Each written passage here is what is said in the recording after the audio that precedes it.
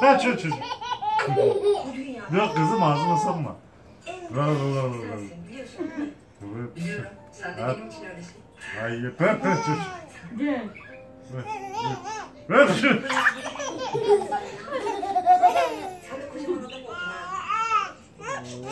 Ver şu. Bakalım bir şey söylemeye edersen bu iş asla. Ver şu. Bana söyleme kız. Kızım hep ağzıma soktun. Ya anne. Sen benim... Hapşım. Hapşım. Senin desene ama. Hapşım.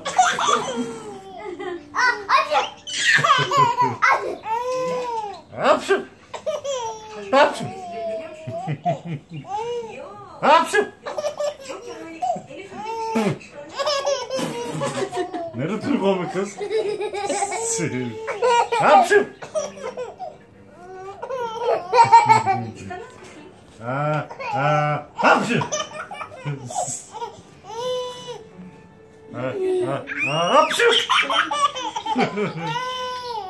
Hapşım.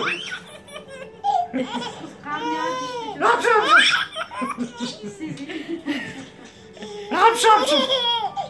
Hapşım. Hapşım.